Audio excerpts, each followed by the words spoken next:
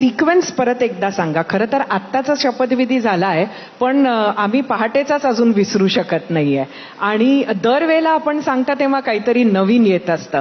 त्यामुळे एकंदरीत खरंच सिक्वेन्स कसा होता महायुतीत सामील होण्याचा, आणि 17ला जी आपण एक भेट घेतली होती दिल्लीमध्ये, त्यानंतर बरंच काही बदललं का? उद्धव ठाकरेंबरोबर आपण गेला होतात?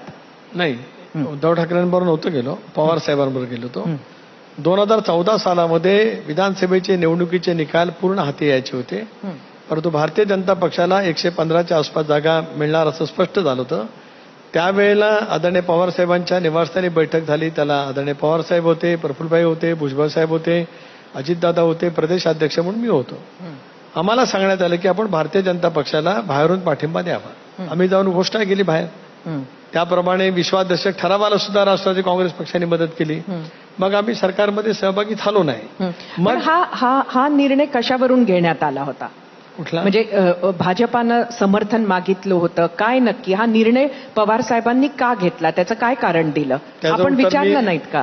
मी त्याचं उत्तर देऊ शकत नाही, पण भारतीय जनता पक्षाने त्याला समर्थन मागितल्याचं माझ्या ऐकव्यात कुठं नव्हतं, पण आम्ही त्याला समर्थन दिलं. त्याच्यानंतर विश्वासदर्शक ठराव पारित झाला.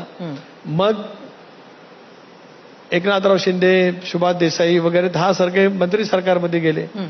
पण 2016ला आम्हाला सांगण्यात आलं की आपल्याला भारतीय जनता पक्षाच्या सरकारमध्ये सहभागी व्हायचं आहे. त्याप्रमाणे आमची चर्चा सुरू झाली. मी, अजितदादा, देवेंद्रजी, काही वेळेला प्रफुल्लभाई असायचे. जागा वाटपाची आम्ही 2019च्या लोकसभेची जागा वाटपाची चर्चा पूर्ण केली. फक्त भंडारा गोंदियाच्या जागेचा फक्त प्रश्न शिल्लक राहिला. तो निर्णय दिल्लीला घेण्यात येईल असं देवेंद्रजींनी सांगितलं. ते मुख्यमंत्री होते आणि पालकमंत्रीपद, खाते वाटप हे सुद्धा नक्की झालं. गणपतीच्या पहिल्याच दिवशी आम्ही दिल्लीमध्ये गेलो 2017ला अमितभाईंची भेट घ्यायला. त्यावेळेला पितृपक्षाच्या आत कधी सरकारमध्ये जायचं एवढाच निर्णयासाठी आम्ही गेलो. प्रस्ताव सगळा मी सांगितल्यावर अमितभाई एवढंच म्हणाले, शिवसेना तो अंदर आहे की.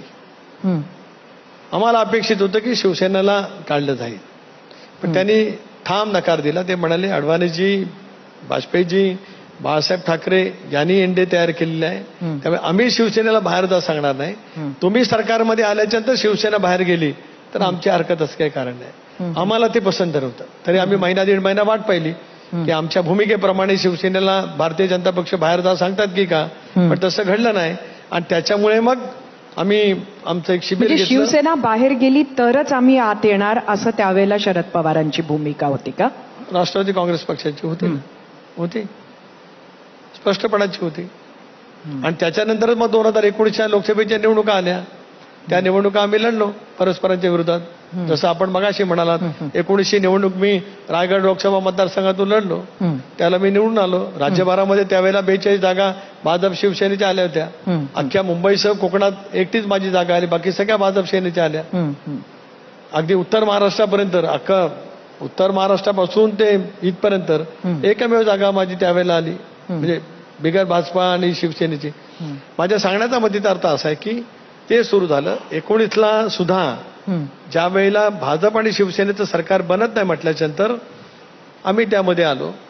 त्याच्यातून दोन्हीकडे चर्चा सुरू झाल्या. भाजपबरोबर पण आमची चर्चा सुरू होतीच, शिवसेनेबरोबर युती सुरूच होती, काँग्रेस बरोबर पण चर्चा सुरूच होती.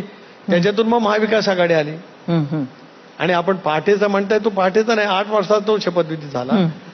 त्यालाही काही कारण आहे. कारण दिल्लीमध्ये जे ठरलं त्या संदर्भामध्ये अंतिम निर्णयासाठी ज्यावेळेला मुंबईला एक बैठक झाली नेहरू सेंटरमध्ये, त्यावेळेला काँग्रेसच्या नेत्यांच्याकडून पवार साहेबांच्या विश्वासार्हतेबद्दल काही प्रश्नचिन्ह ज्या पद्धतीने निर्माण केले गेले. आज अहमद पटेलजी आहेत नाहीत, मल्लिकार्जुन खरगेजी आहेत, इतरही नेते त्या ठिकाणी होते, उद्धव ठाकरे पण होते, सगळेजण आम्ही त्या ठिकाणी होतो. त्याच्यामुळे आमच्या सर्वांच्या मनाला वेदना झाल्या आणि त्याची परिणिती दुसऱ्या दिवशी अजितदादांनी शपथ घेण्यामध्ये झाली. ते टिकलं नाही सरकार. पण मग तरीही म्हणजे पवारांच्या बद्दल काँग्रेसच्या मनामध्ये काही शंका होत्या, काही डाऊट्स होते असं आपण म्हणताय, आणि तरीही पवारांना काँग्रेस बरोबरच जायचं होतं असं होतं का? म्हणजे त्यांच्यासाठी